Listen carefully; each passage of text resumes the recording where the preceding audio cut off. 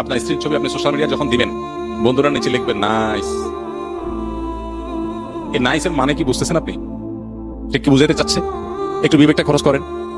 একজন নারী খোলামেলা ভাবে তাকে দেখে কেউ যদি বলে নাইস, এর মানে এই মহিলার সকল সৌন্দর্য পূর্ণরূপে অবলোকন করিয়া আমি মুগ্ধ তৃপ্ত হইয়া বললাম নাইস।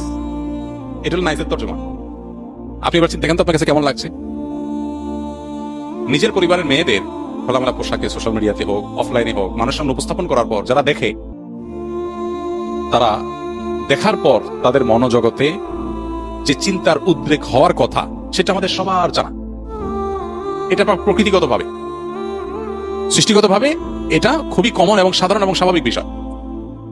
আপনি কিন্তু জানেন।